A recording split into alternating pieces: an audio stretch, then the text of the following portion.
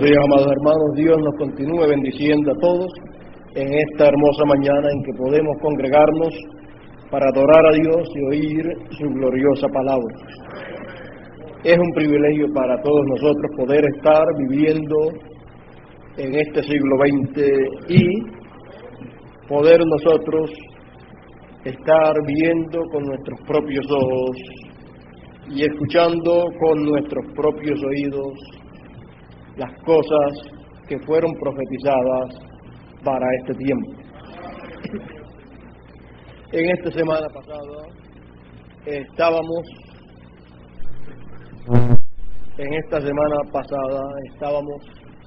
en estos cultos de Semana Santa, en donde estábamos mostrando por la palabra de Dios el glorioso tiempo que fue aquel y el glorioso tiempo que es hoy, mostrando en tipos y figuras el día en que nosotros vivimos. Ya los hermanos que nos visitaban de otros países, ya en su mayoría han regresado a sus países, solamente quedan muy pocos ya. Queda la hermana del Brasil, la hermana Betancourt, y también ella regresa ya hoy, regresa a su país. También queda nuestro hermano de Guatemala, quien ha estado con nosotros y quien ha estado disfrutando de las bendiciones que Dios ha tenido para nosotros en estos días y que esperamos que Dios lo continúe bendiciendo en grande manera y lo use poderosamente en su obra. También quedan con nosotros nuestros hermanos de la Argentina. Ellos están allá en la casa, allá en la montaña, y ellos están allá muy contentos. Ellos ya regresan también durante la semana, el jueves próximo, y esperamos que en estos días que nos quedan, y principalmente en esta mañana, Dios nos permita escuchar su palabra, nos dé su palabra, ponga su palabra en mi boca para beneficio de todos nosotros. Yo espero de parte de Dios su palabra, así es que para no tomar más tiempo, apreciamos mucho la visita de nuestros hermanos de otros países. Esperamos que Dios les haya bendecido en grande manera y esperamos que todo haya sido de beneficio aún para también nosotros, y estoy muy contento y muy agradecido de estar en medio de un grupo de creyentes como ustedes. Aprecio mucho lo que ustedes han hecho para darle la bienvenida a nuestros amados hermanos de otros países.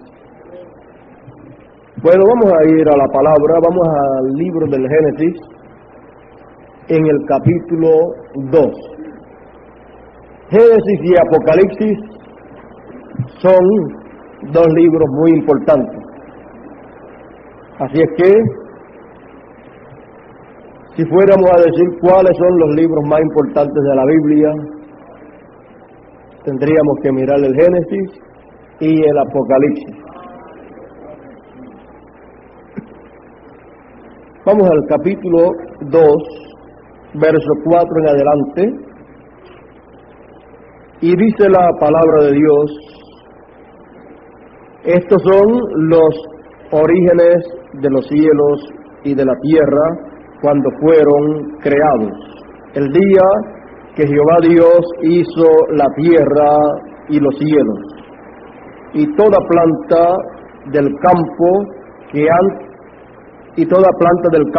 antes que fuese en la tierra, y toda hierba del campo antes que naciese, porque Jehová Dios aún no había hecho llover sobre la tierra, ni había hombre para que labrase la tierra, sino que subía de la tierra un vapor, el cual regaba toda la faz de la tierra. Entonces Jehová Dios formó al hombre del polvo de la tierra, y sopló en su nariz aliento de vida, y fue el hombre un ser viviente. Y Jehová Dios plantó un huerto en Edén, al oriente, y puso allí al hombre que había formado. Que Dios bendiga su palabra en nuestros corazones. Pueden sentarse.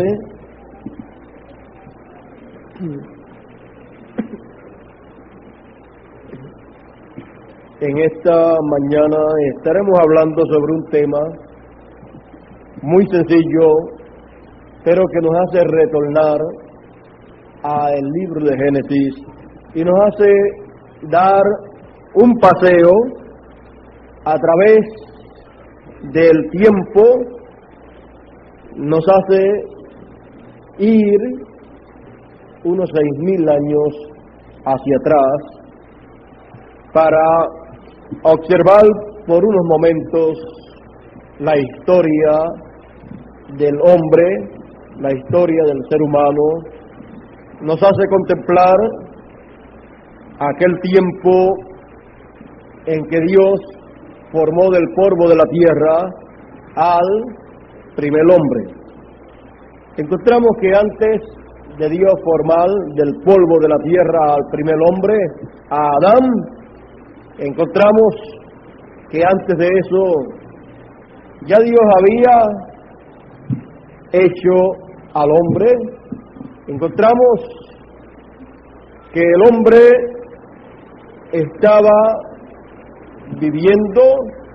Encontramos que el hombre ya existía. Encontramos que él ya existía con un cuerpo, pero en otra dimensión. Encontramos que Adán, antes de venir a la existencia su cuerpo terrenal, él existía ya en la sexta dimensión. Él tenía autoridad sobre todas las cosas y él era un hombre perfecto. Él era un hombre que no tenía ninguna clase de problemas. Encontramos que él era, como dice la Escritura, varón y hembra lo formó Dios, cuando Dios formó al hombre. Luego encontramos que más adelante, cuando Dios formó del polvo de la tierra el cuerpo donde habitaría Adán, todavía encontramos que Dios formó un solo cuerpo. Pero luego, más adelante, Dios no encontró ayuda idónea aquí en la tierra para el hombre. Y nos dice la Escritura que Dios hizo caer sueño sobre el hombre, sobre Adán, y de una de sus costillas, de su costado, él tomó y formó una compañera idónea para Adán, la cual fue conocida y fue llamada por Adán, fue llamada varona, porque del varón fue tomada. Encontramos el comienzo de la historia terrenal de los hijos de Dios en esa ocasión.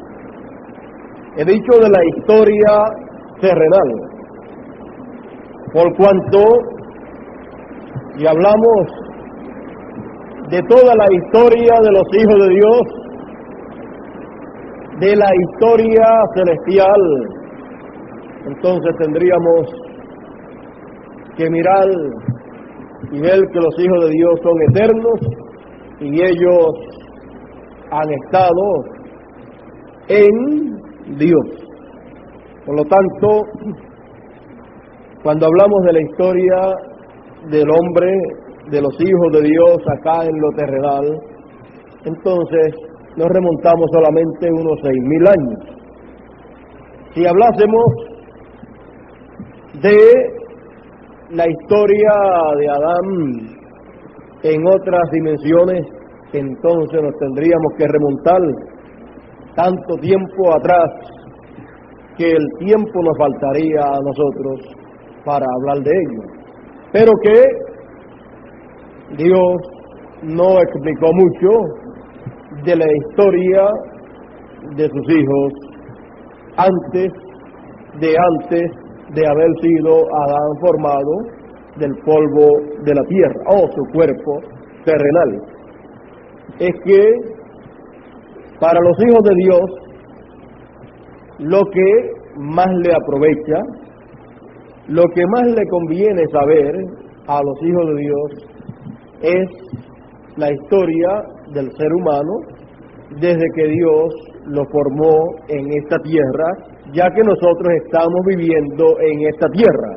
Y cuando hablamos de todo lo que sucedió antes de Dios formar al hombre del polvo de la tierra, solamente lo que hacemos es un resumen, pero de la formación del hombre, del cuerpo terrenal. De ahí para acá tenemos que especificar bastante clara la historia del ser humano y poder ver entonces todas las etapas por lo cual han pasado los hijos de Dios, ver también la etapa que estamos viviendo para así recibir el beneficio de la hora en que nosotros vivimos. Ya que si nos ponemos a mirar el pasado y luego a mirar el futuro sin darnos cuenta del presente, entonces perdemos la bendición que hay de parte de Dios. Este tema, el nuevo Edén, cuando vamos al pasado, podemos ver aquel Edén que hubo allí, que Dios colocó allí, y Dios allí colocó también a Adán.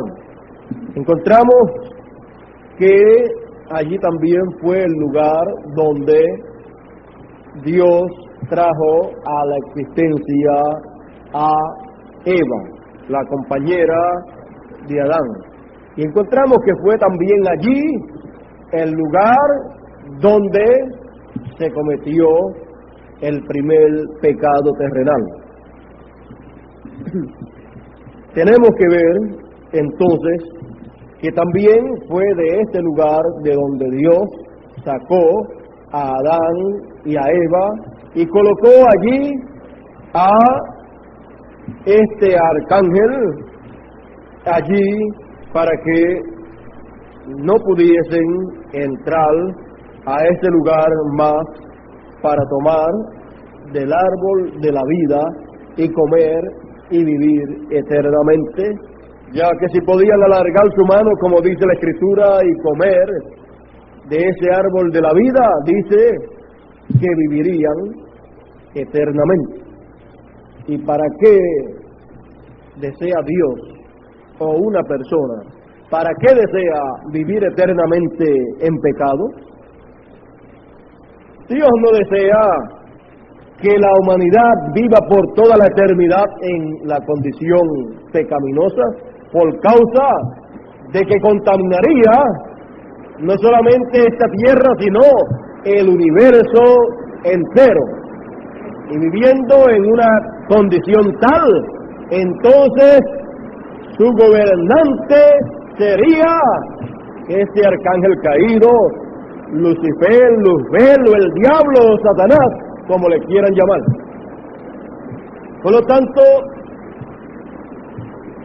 Dios sacó del huerto del Edén a la pareja para que así no pudiesen comer de ese árbol.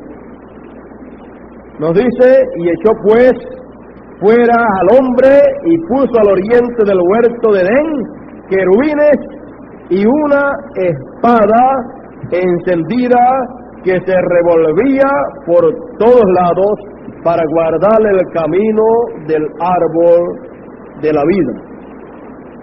Estos querubines fueron colocados allí con ese propósito. Por lo tanto, encontramos que Dios tiene sus leyes y para conseguir alguna bendición de parte de Dios, tiene que ser de acuerdo a las leyes de Dios. Violando las leyes de Dios, el ser humano no podrá alcanzar aquellas bendiciones de Dios que él desea. Encontramos este Edén en el cual fueron efectuadas todas esas bendiciones de parte de Dios, pero que también encontramos que el diablo allí descendió y se hizo carne, se encarnó allí en la serpiente y trajo toda aquella desgracia.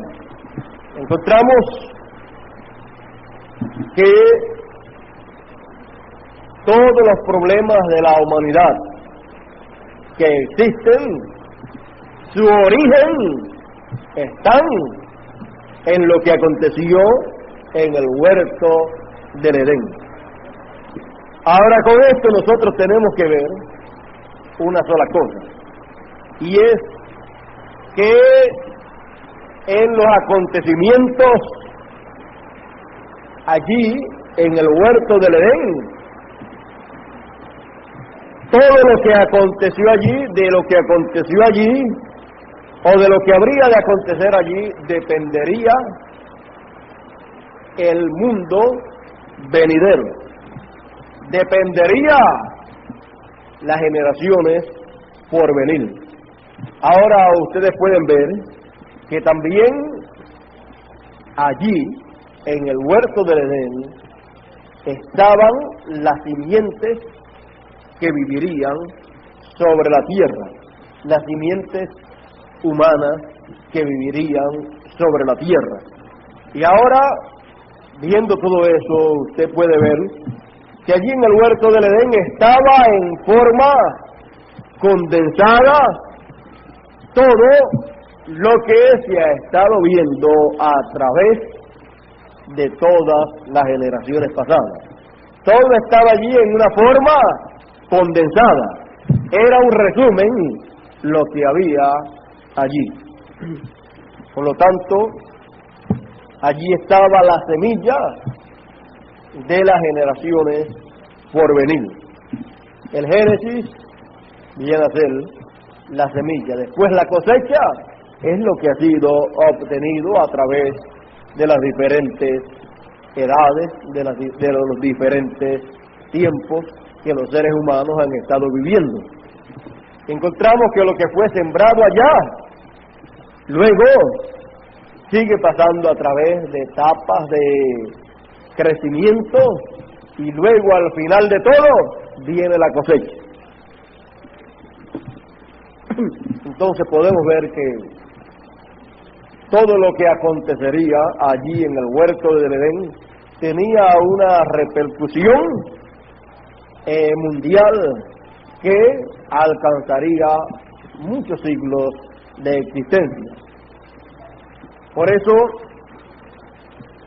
todo lo que haya pasado a través de los siglos y lo que esté pasando, todo tiene su origen allá. Así es que podemos ver eso también tipificado en la naturaleza. Usted puede tomar una semilla de maíz o de algún árbol y sembrar una sola semilla. Pero si usted tiene una revelación o una visión o un conocimiento claro de lo que es esta semilla, usted al tomarla, usted puede decir: voy a sembrar aquí una plantación, si es una semilla de maíz, una plantación completa de maíz, que puede abarcar con esa siembra el mundo entero, todos los lugares que pueden ser cultivados con esta semilla que voy a sembrar, todos los lugares cultivables para maíz. Si es de otro fruto, pues del fruto que sea. Y cualquier persona que lo vea, usted puede decirle a usted está loco. Pero esa persona que le dice que usted está loco es una persona que no tiene un conocimiento amplio de lo que es una semilla.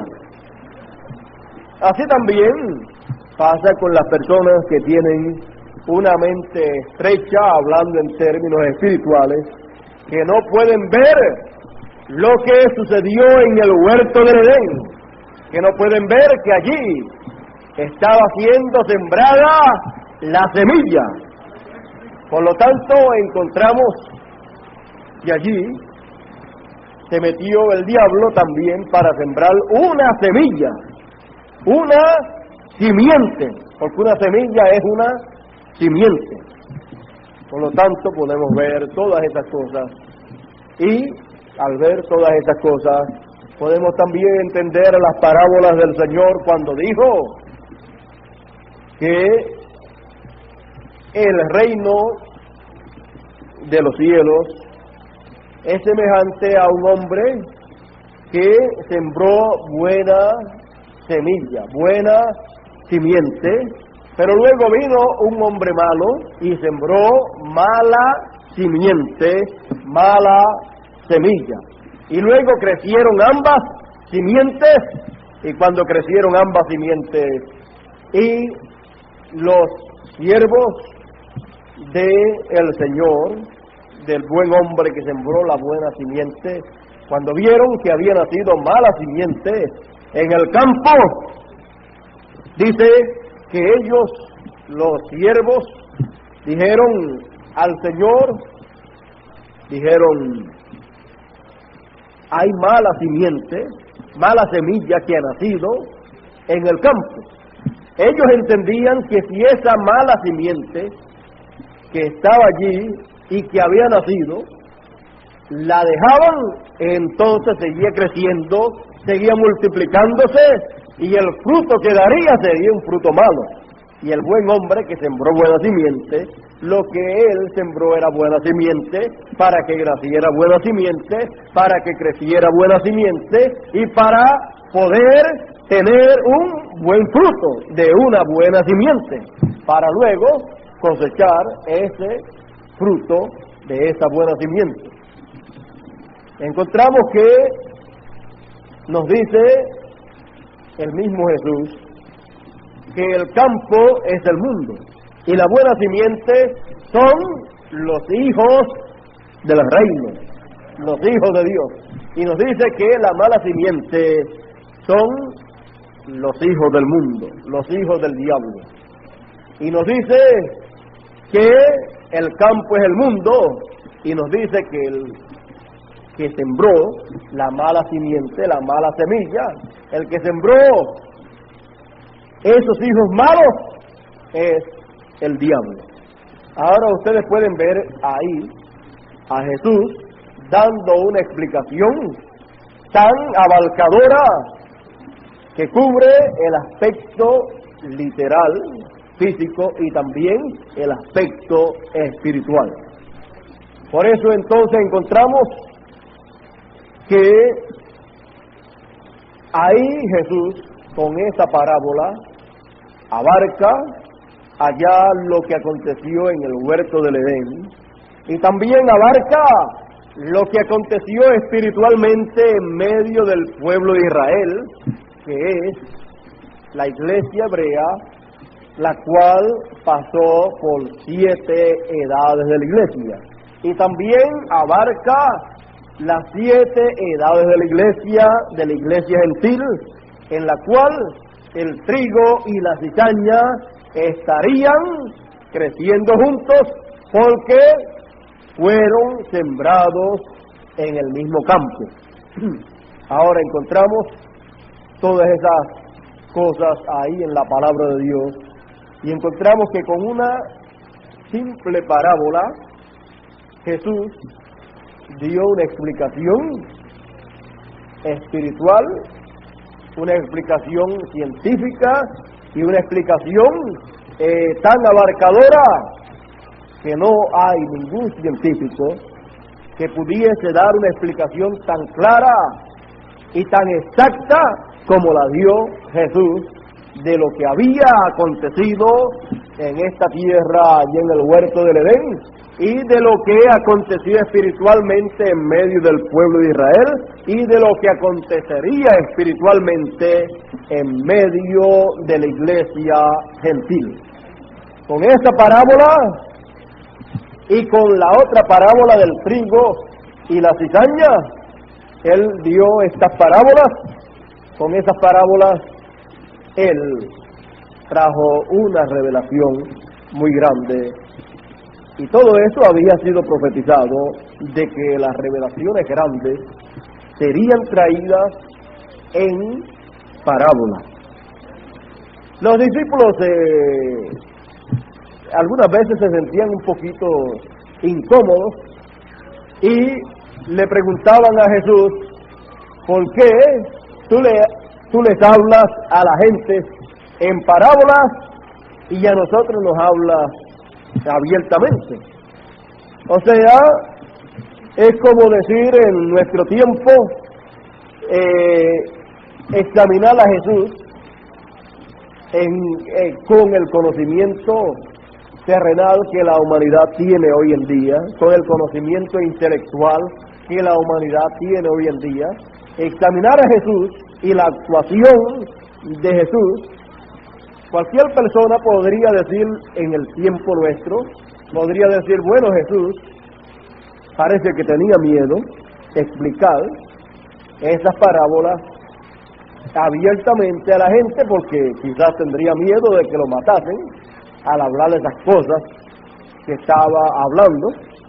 Pero no era que él tenía miedo de hablar de esas cosas, porque en otras ocasiones él les había dicho a los líderes de aquel tiempo que rechazaban su mensaje, les había dicho: generación de víboras. Él les había dicho: sepulcros blanqueados. Por lo tanto, no era que tenía temor, sino que la Escritura decía a través del profeta Isaías: abriré mi boca en parábolas y revelaré cosas ocultas desde la fundación del mundo. Por lo tanto, estas palabras del profeta Isaías estaban siendo cumplidas cuando Jesús, con sus parábolas, estaba explicando estas cosas que habían acontecido en el pasado. Encontramos que aún Jesús, con sus parábolas, explicó cosas que nadie podía explicarlas, cosas aún de antes de Dios haber formado el cuerpo de Adán. Encontramos que Jesús tenía la revelación, él era la revelación. Por lo tanto, cuando él se expresaba, cuando él predicaba, cuando él enseñaba, él estaba revelando cosas ocultas. De él hablaron todos los profetas del Antiguo Testamento, de su venida. Por lo tanto, podemos ver que él hizo como fue profetizado que él haría. Jesús les dijo a sus discípulos, cuando le preguntaron: ¿por qué a ellos tú les enseñas en parábolas y a nosotros nos habla claramente? Jesús le dijo también una causa que había muy importante, la cual también el profeta Isaías había hablado. Le dijo: para que viendo no vean, y oyendo no escuchen, no entiendan, y se conviertan, y yo los salve. Así es que no nos podemos poner a pelear con la palabra de Dios, no nos podemos poner a pelear con lo que está profetizado, que ha de ser cumplido por Dios. Porque ¿qué es el hombre para altercar con Dios? Dios es un Dios soberano. Y Él hace como a Él le agrada hacer. ¿Y quién le dirá a Dios que no haga de la manera que Él quiere hacerlo? Le dirá el barro al alfarero: mira, me hiciste de tal manera, yo quería hacer tal cosa, ¿por qué me hiciste de esta manera? Es como un alfarero que hace diferentes cosas, hace vasijas, hace animales también en sus cosas de alfarería, hace tal y tal cosa con el mismo barro que usa, hace diferentes cosas. ¿Y cómo se sentiría el alfarero si una vasija le dijese al alfarero: mira, yo no quería hacer una vasija, yo quería hacer más bien un gallo, que tú hicieras de mí un gallo y no una vasija?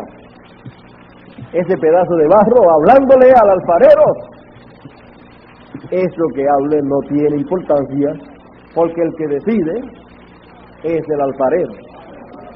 El barro más bien es algo que no tiene más bien el tomar la decisión. Por lo tanto,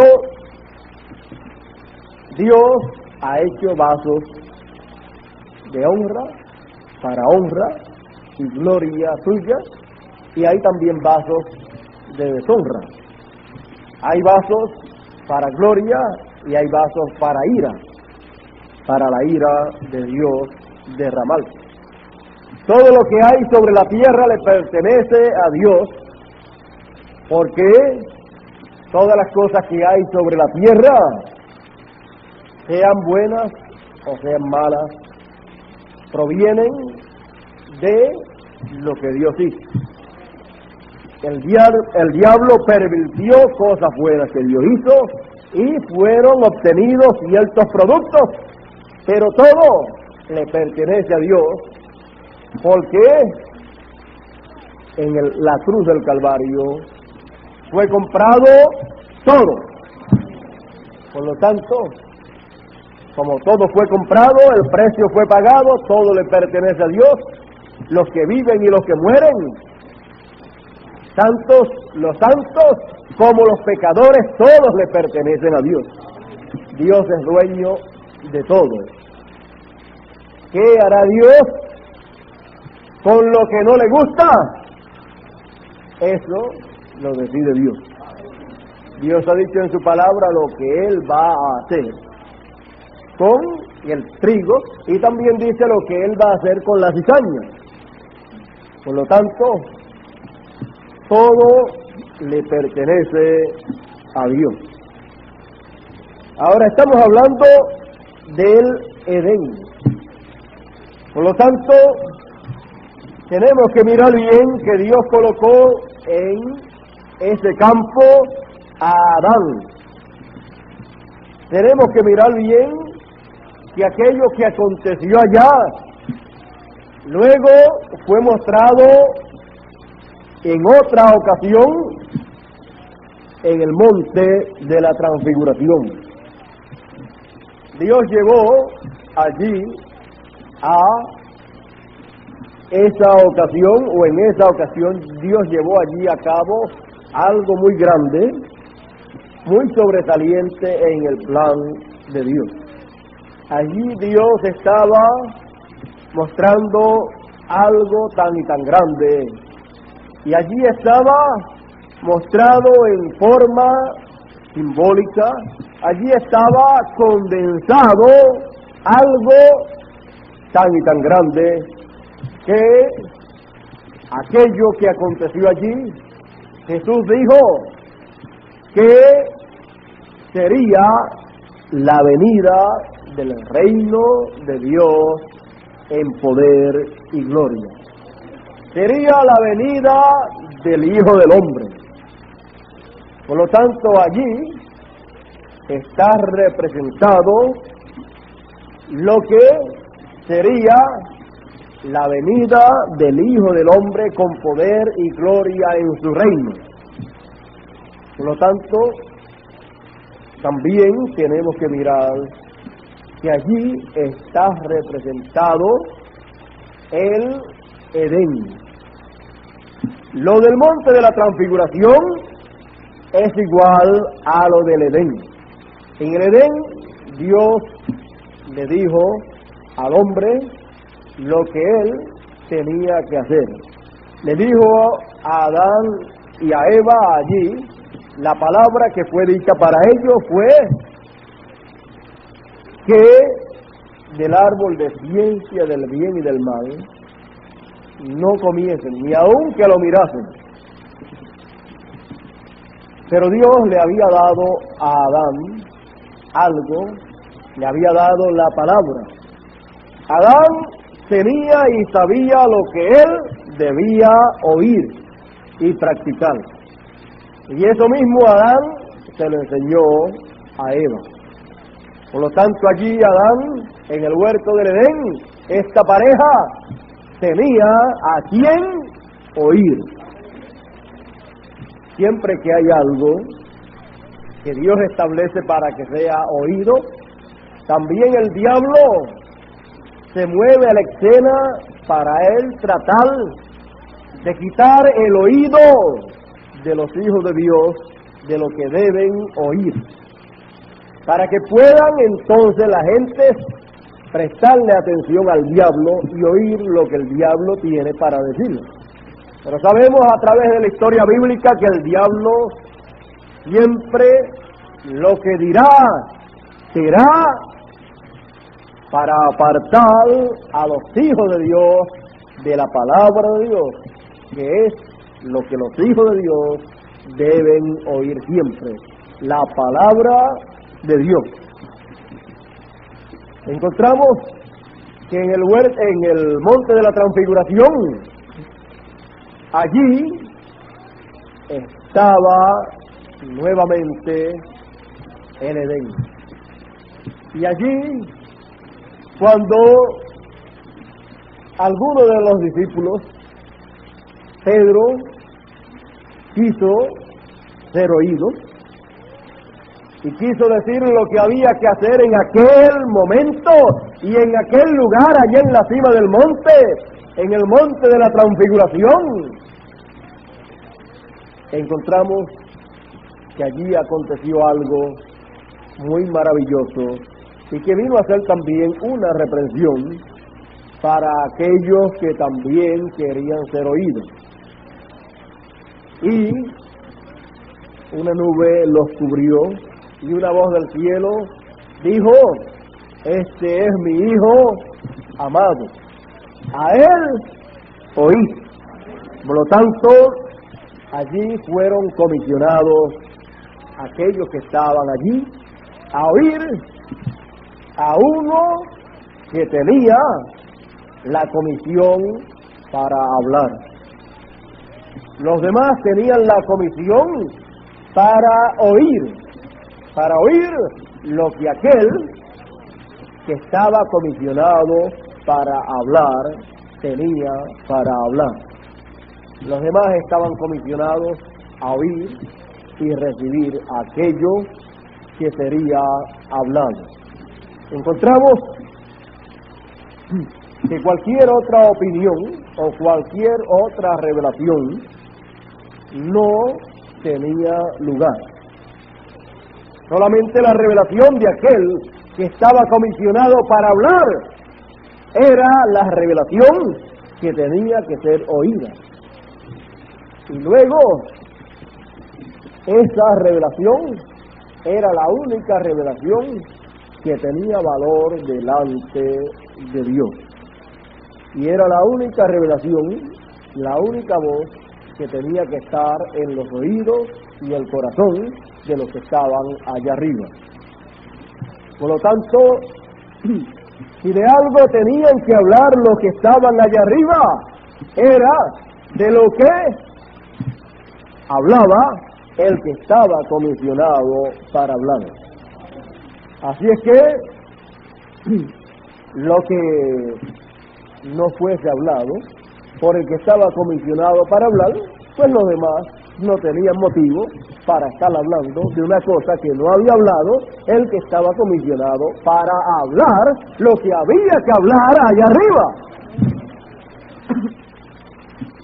Así es que hablar otra cosa que no fuese, o comentar, o platicar, o hablar de otra cosa que no fuese de lo que estaba hablando el que estaba comisionado para hablar, pues eso era salirse fuera de la comisión que Dios había dado.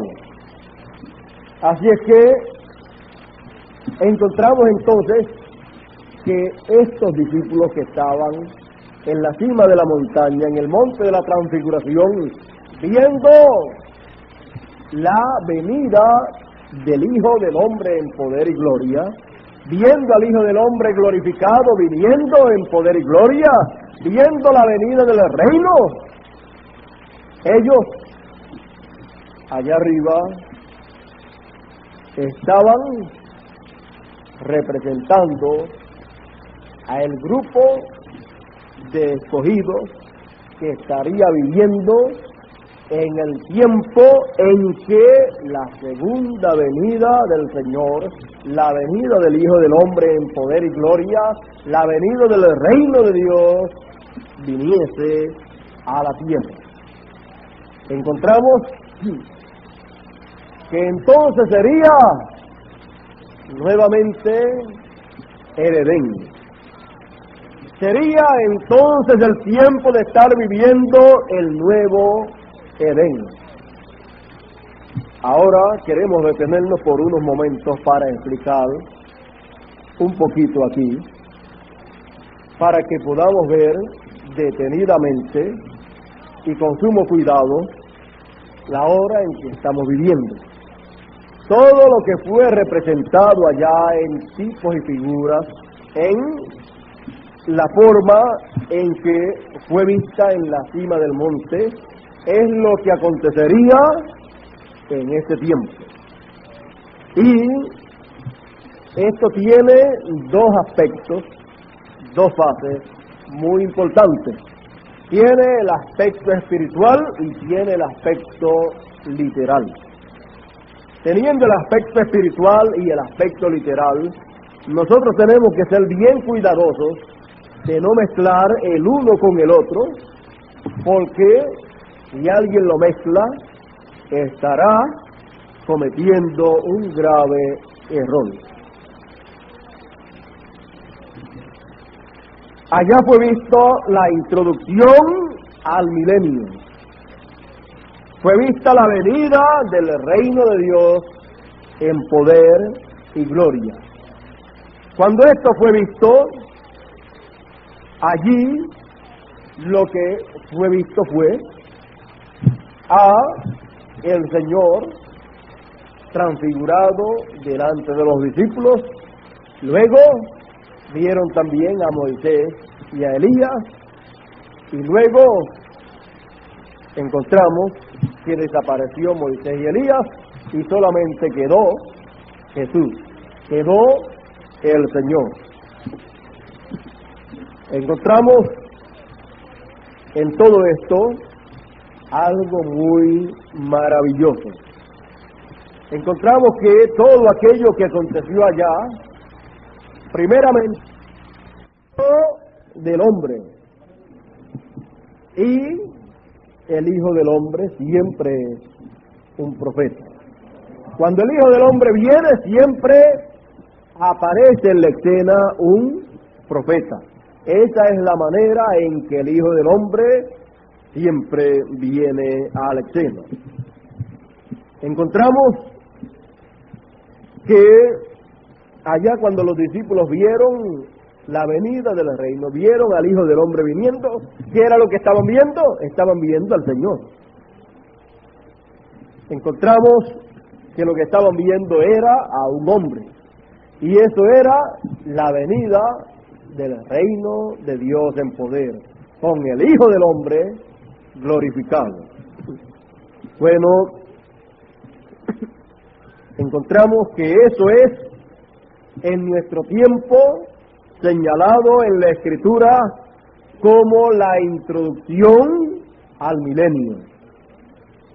El Edén espiritual y lo que acontece en el Edén espiritual viene a ser la introducción al milenio. Y cuando hablamos de el Edén literal, la restauración al Edén literal, entonces hablamos del reino mesiánico, del reino milenial, lo cual está todavía por delante, lo cual será el milenio, en donde los escogidos estarán reinando con el Señor por 1000 años. Será el reino mesiánico por 1000 años. Por lo tanto, tenemos que ver en todo esto que en la introducción al milenio, que en el Edén espiritual está condensado, está mostrado y está ahí colocado lo que será en lo literal, en el milenio literal. Acá lo tenemos en lo espiritual. Por lo tanto, la introducción dice lo que será lo literal. Estamos en el Edén espiritual. Estamos en la introducción al milenio. Por lo tanto, a través de la introducción vemos lo que será el milenio. Pero no estamos viviendo literalmente en el milenio, sino que estamos viviendo una fase espiritual, un aspecto espiritual.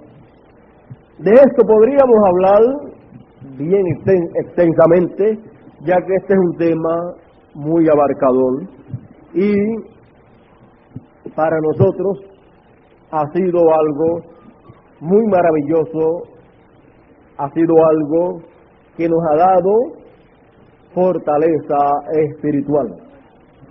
Tenemos que ver que nuestras pruebas en este Edén espiritual, las pruebas significativas, serán pruebas espirituales y serán luchas espirituales.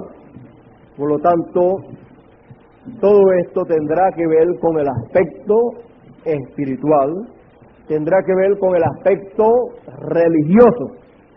O sea, ese es el ángulo sobre el cual está enfocado el tiempo en que nosotros vivimos. Por lo tanto, pasaremos por pruebas como acontecieron en el Edén literal y como también en el Edén espiritual, donde Dios colocó a su iglesia, a su novia, allá la iglesia gentil, la cual cayó allá en los tiempos de Nicea, pero que Dios nuevamente tiene un nuevo Edén. Y Dios, hablando de este nuevo Edén y de los que estarán colocados ahí en ese nuevo Edén, Él dice que ellos no van a caer.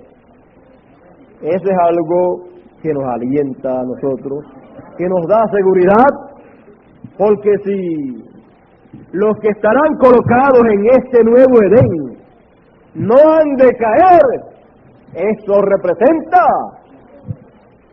que ese nuevo Edén continuará por toda la eternidad y que ese nuevo Edén espiritual seguirá adelante y materializará las cosas que tiene en lo espiritual y las hará en el futuro una realidad en lo literal también, trayendo a la existencia el glorioso reino mesiánico, el glorioso reino milenial. Pero tiene que haber algo en lo espiritual que esté representando eso literal que está más adelante.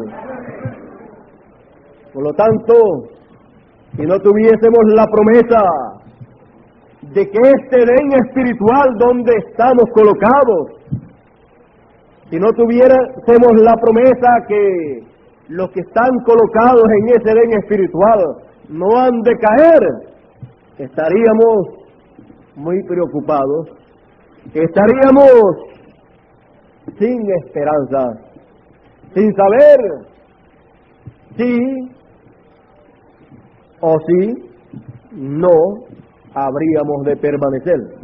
Pero teniendo la promesa de que hemos de permanecer sin caída, entonces es seguro que el milenio literal esté viviéndose sobre la tierra muy pronto.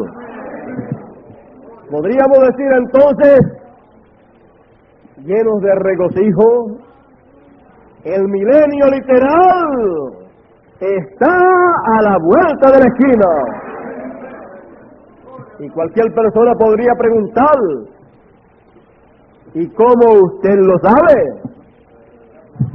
Tenemos la respuesta positiva, y esa respuesta es, porque estamos viviendo la introducción al milenio. Por lo tanto, tiene que venir un Edén literal, lo cual es el reino milenial. Y nosotros hemos entrado al Edén espiritual y estamos viviendo la introducción al milenio. Estamos viviendo ese aspecto espiritual. Y lo espiritual será lo que hará una realidad lo que está prometido para el futuro.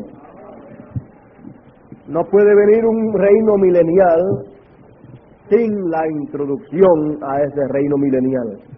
Y no puede venir un Edén como está prometido sin que venga un Edén espiritual.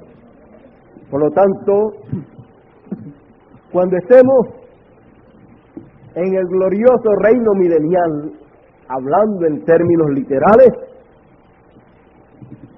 nos daremos cuenta que será una materialización de lo que nosotros hemos tenido en lo espiritual.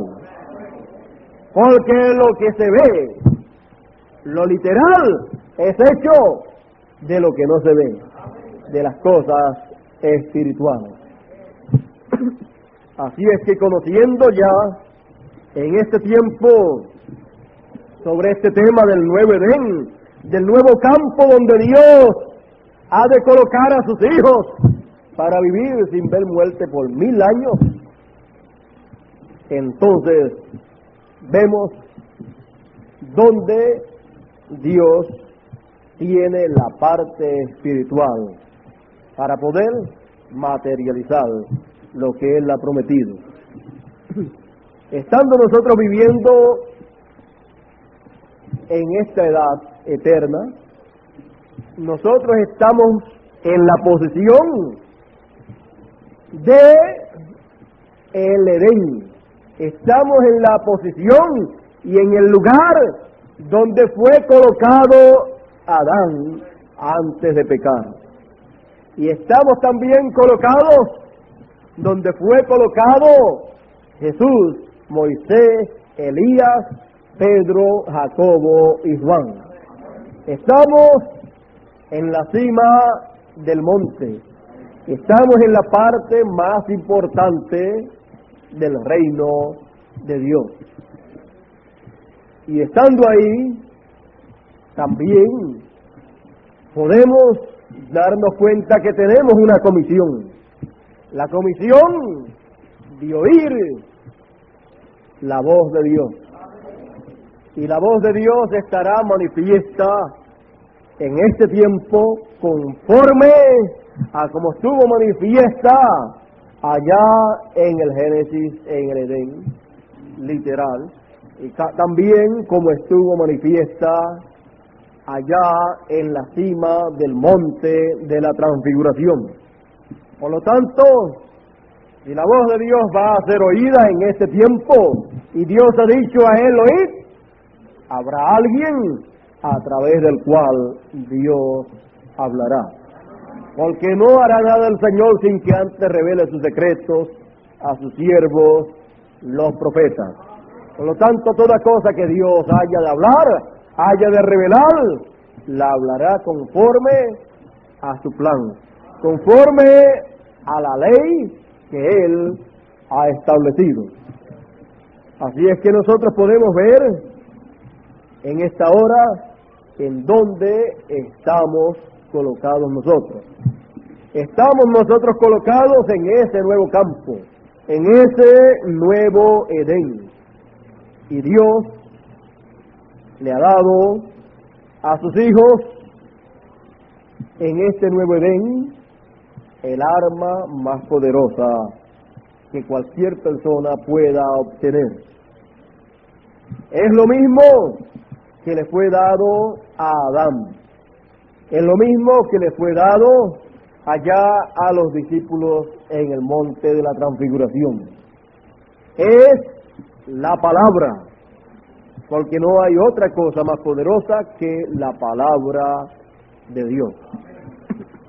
Y en este nuevo Edén, los escogidos del nuevo Edén no caerán, porque ellos tendrán la palabra. Se habrán agarrado de la palabra, ellos estarán escuchando esa palabra y no se apartarán ni a diestra ni a siniestra de esa palabra. Quiero leer en esta mañana algunos lugares donde el precursor de la segunda venida del Señor habló sobre estas cosas que hemos estado platicando en esta mañana.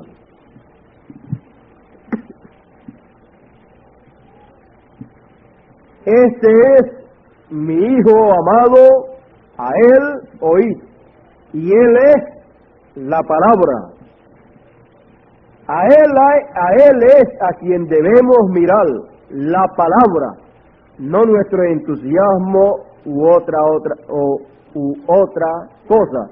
Es mi palabra, a Él oíd.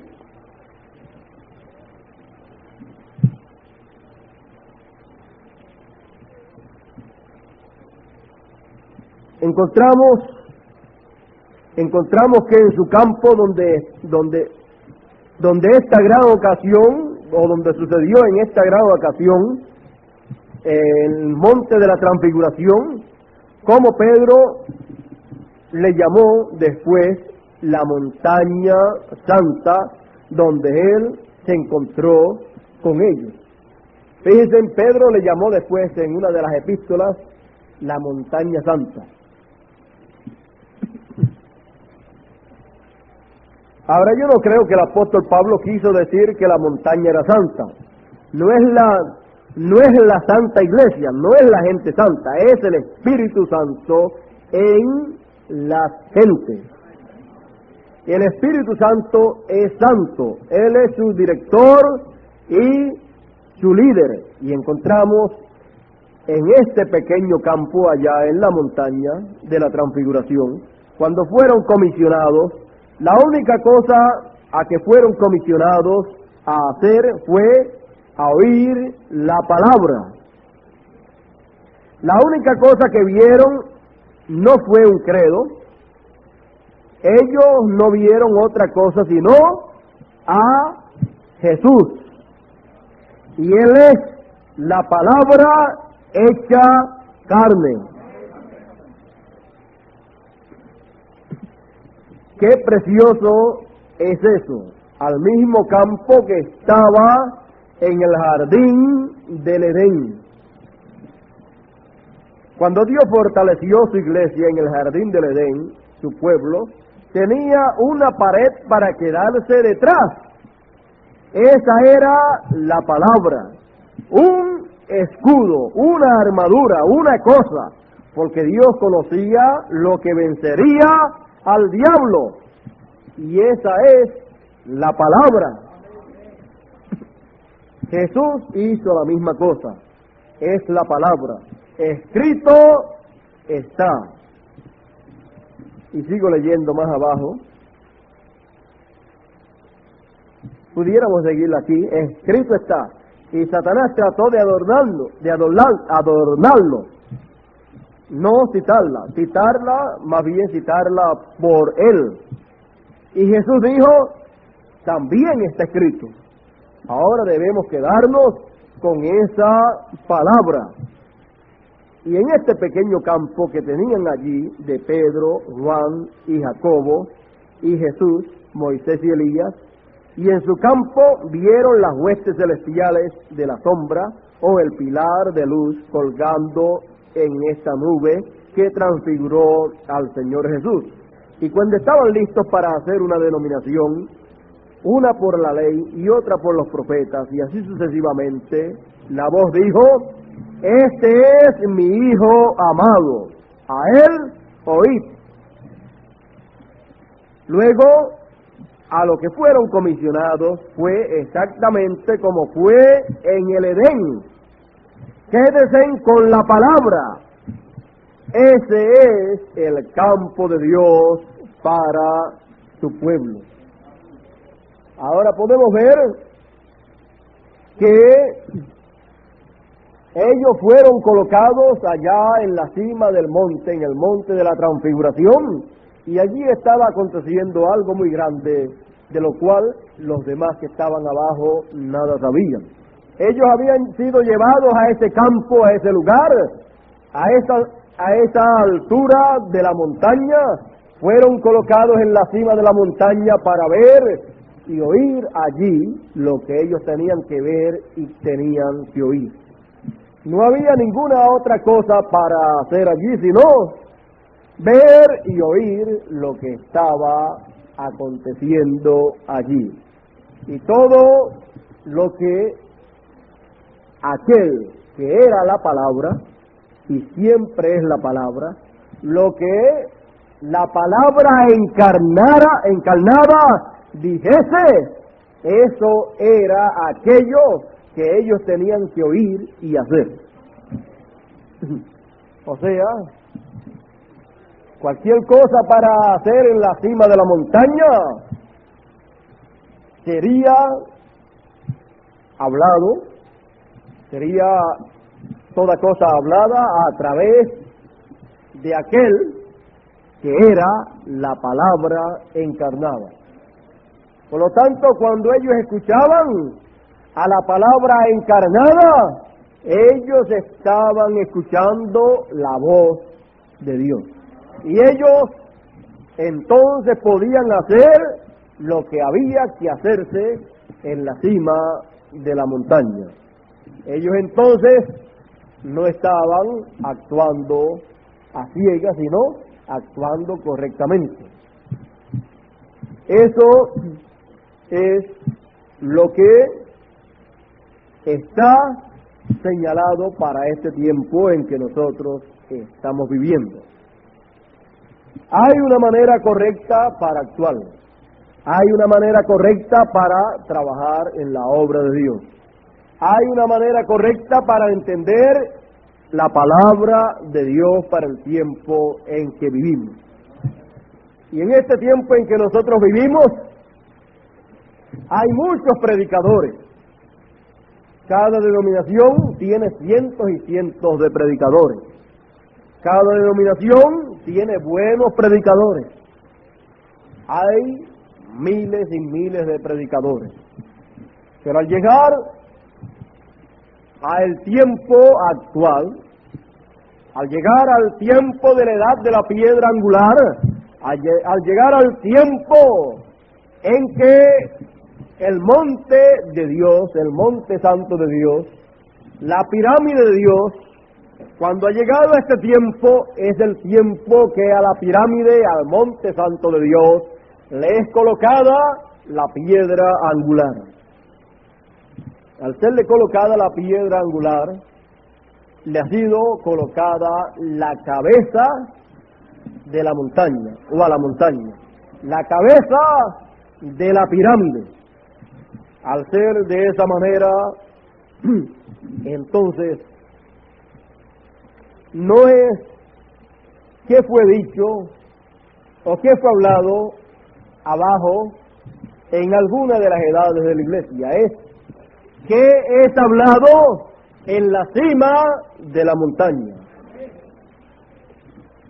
Eso es lo que será oído por los escogidos que han sido colocados en la cima de la montaña. Nos dice el precursor de la segunda venida del Señor, en el mensaje titulado Casamiento y Divorcio, él nos dice que en las edades de la iglesia hubieron errores. Por lo tanto, podemos ver que si cualquier persona tratase de oír y seguir alguna de las 7 edades de la iglesia y el mensaje para alguna de esas 7 edades y las cosas que habían para alguna de esas edades, se encontrará que arrastrará con algunos errores. Obtendrá también algunos errores. Y el error más grande de todos es el tratar de meterse a una edad que ya pasó, que ya Dios no está tratando con ella. Tratar de vivir el mensaje que fue para un tiempo pasado sería el error más grande de todos los errores que pudiera cometer alguna persona. Así es que podemos ver en este tiempo en que vivimos, podemos ver el tiempo en que estamos. Podemos darnos cuenta que estamos en la cima de la montaña. Después de esto no habrá nada más. Después de esto lo único que habrá es la materialización de las cosas que están aconteciendo de parte de Dios para el beneficio del pueblo de Dios. Por eso nosotros tenemos que entender que ninguna de las 7 edades pasadas, en la edad que ellos vivieron, ninguna pudo materializar ni su edad ni su mensaje para producir el milenio. ¿Por qué? Porque ninguna tuvo la introducción al milenio.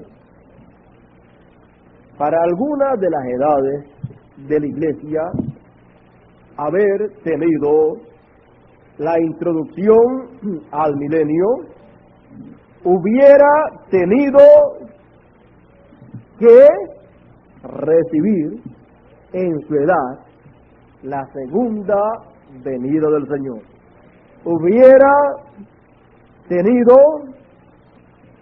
que tener la introducción al milenio. Recuerde, hubiera tenido que obtener la revelación y la manifestación del séptimo sello, porque el séptimo sello es la segunda venida del Señor. Y la segunda venida del Señor entonces hubiera tenido que serle abierta públicamente a esa edad. Y si usted busca a través de la historia bíblica, usted busca las 7 edades de la iglesia, y ninguna de las 7 edades de la iglesia tuvo la segunda venida del Señor cumplida y dada a conocer a esa edad públicamente. En la página 5 dice el precursor de la segunda venida del Señor, página 5 del mensaje titulado ¿Cómo puedo vencer? Párrafo 19 dice: yo dije, le preguntaron a qué denominación pertenecía o a qué iglesia pertenecía, le preguntaron al hermano Branham.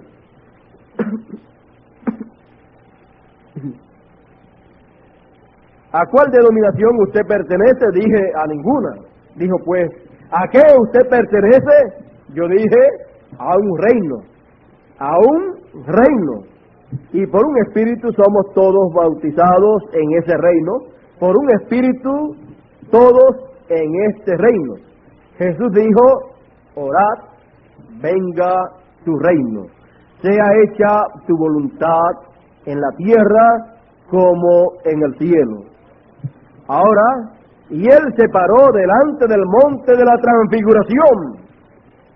Él dijo, de cierto os digo, hay algunos que están aquí que no gustarán la muerte, que no verán muerte, hasta que hayan visto el reino viniendo en poder. Eso fue mostrado de antemano, como hemos repasado eso. O sea, eso fue mostrado de antemano, como hemos repasado.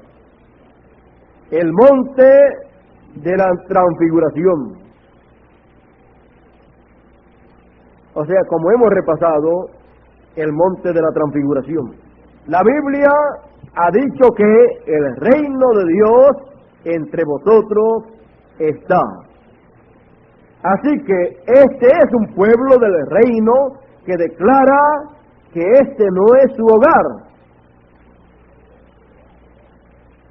Este no es nuestro hogar. Este no es nuestro hogar. Estamos esperando por la venida del Rey para establecer el reino. Eso dijo el precursor de la segunda venida del Señor. Eso dijo el precursor.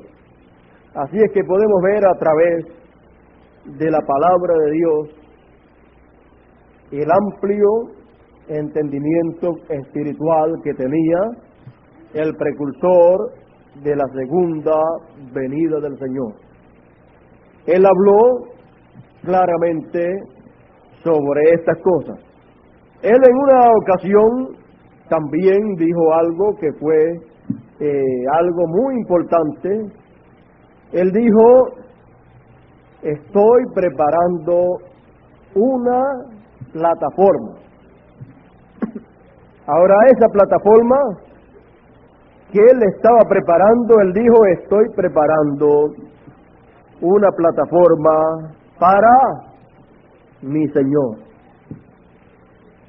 Encontramos que él sabía lo que estaba haciendo. Preparar una plataforma es lo que él estaba haciendo conforme a la orden del Señor, precursando la segunda venida, preparándole el camino, preparándole el terreno, de tal manera que cuando él hubiese terminado su trabajo de precursar la segunda venida, entonces el cumplimiento de la segunda venida entonces se efectuaría y la plataforma ya estaría preparada. Ya tendría el fundamento, ya tendría todo listo y él se pararía sobre esa plataforma. ¿Para qué?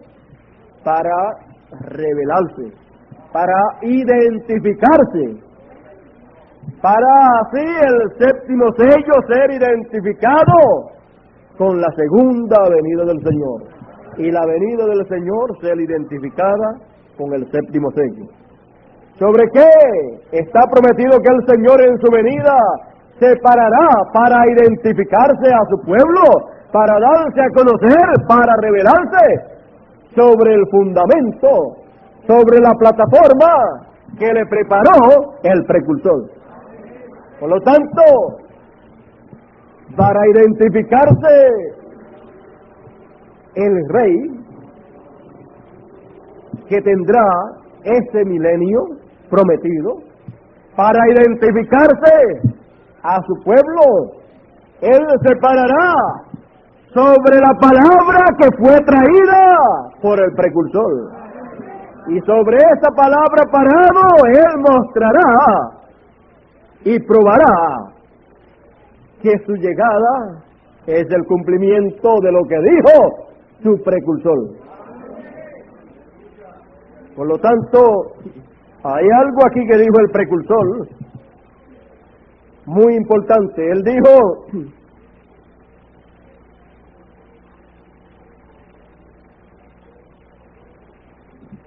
hablando acerca, en el mensaje titulado Haciendo un servicio a Dios fuera de su voluntad, páginas 38 y 39, dice, edificaron el templo y pusieron el arca adentro. Dios descendió allí en una columna de fuego.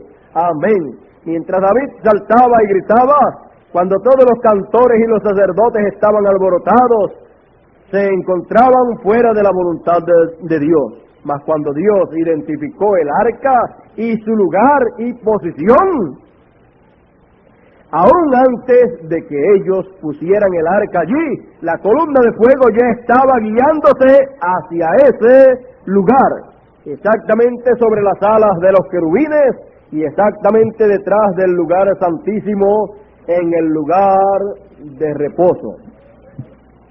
En el lugar de reposo de la columna de fuego. Y la gloria de Dios estaba allí de tal manera que los sacerdotes no podían ni siquiera ver para ministrar. No podían ¿qué? Ver para ministrar. Amén. Ha de cerrar los ojos de todo teólogo cuando él venga por su novia. Ella ha de ser tomada ella ha de ser tomada a medianoche, como sucedió con ellos. Ellos ni siquiera la verán irse. Ahora podemos ver aquí que la venida del Señor para tomar su novia, la venida del Señor será como aconteció cuando el Señor entró al templo, al lugar santísimo. Y ahora, eso que sucedió allá muestra lo que sucederá en este tiempo. Y cuando eso entonces se cumple, entonces lo vemos nuevamente mostrado por el precursor de la segunda venida, mostrado más ampliamente en la página 57 del libro de los sellos, donde nos es dicho, este libro sellado con 7 sellos es revelado en el tiempo de los 7 truenos de Apocalipsis. Y vi otro ángel fuerte descender del cielo cercado de una nube y el arco celeste sobre su cabeza. Ahora, si usted se fija bien, notará que esta persona es Cristo, porque aún en el Antiguo Testamento él fue llamado el ángel del pacto, y él ahora viene directamente a los judíos porque la iglesia gentil ha llegado a su fin. Bien, ahora continuando, y su rostro era como el sol, y sus pies como columna de fuego. ¿Recuerdan el ángel de Apocalipsis capítulo 1? Este es el mismo. Un ángel es un mensajero, y él es un mensajero a Israel. ¿Ve usted? La iglesia está a punto de ser raptada. Él viene por su iglesia. Aquí usted tiene un cuadro claro y un cuadro detallado de la venida del Señor por su novia gentil.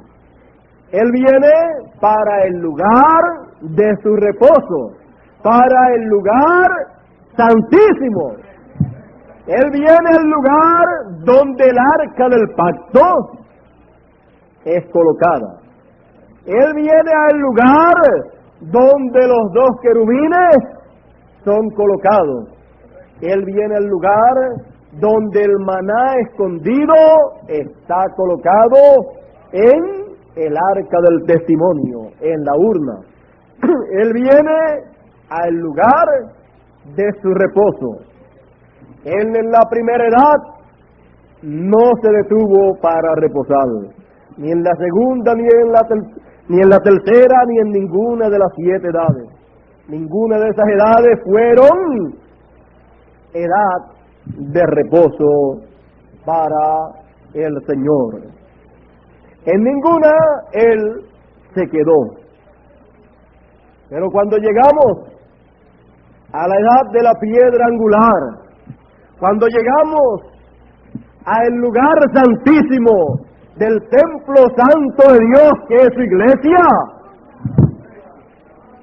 a la edad santísima, a la edad que podemos señalar por la Escritura como el santo de los santos, ahí entonces también el santo de los santos entra al santo de los santos, al lugar santísimo. Y ahí entonces es el lugar de reposo de Dios. Esa es la edad de reposo de Dios, porque es una edad eterna donde Dios reposará en esa edad, donde Dios estará en esa edad y no saldrá de esa edad. Es una edad eterna. Podemos ver entonces el lugar en donde estamos. Podemos ver nosotros lo que ha estado aconteciendo. Podemos ver que la segunda venida del Señor es señalada para cuando las edades de la iglesia hayan terminado. Cuando las 7 edades ya han terminado, entonces es el tiempo para cumplirse la segunda venida del Señor. ¿Y para dónde es que viene el Señor? Viene para el lugar de su reposo. Viene para la edad eterna. Viene para el lugar santísimo. Así es que realmente tenemos que darle gracias a Dios por vivir en la edad del lugar santísimo, el lugar en donde la segunda venida del Señor es cumplida y en donde el reino es establecido. Todo eso ocurre en lo espiritual y luego disfrutaremos literalmente en el milenio lo que estamos disfrutando espiritualmente en la introducción al milenio. El nuevo Edén, el nuevo campo, es ese el lugar del reposo del Señor. Podemos ver que en aquel primer Edén, allí se paseaba Dios a cierta hora.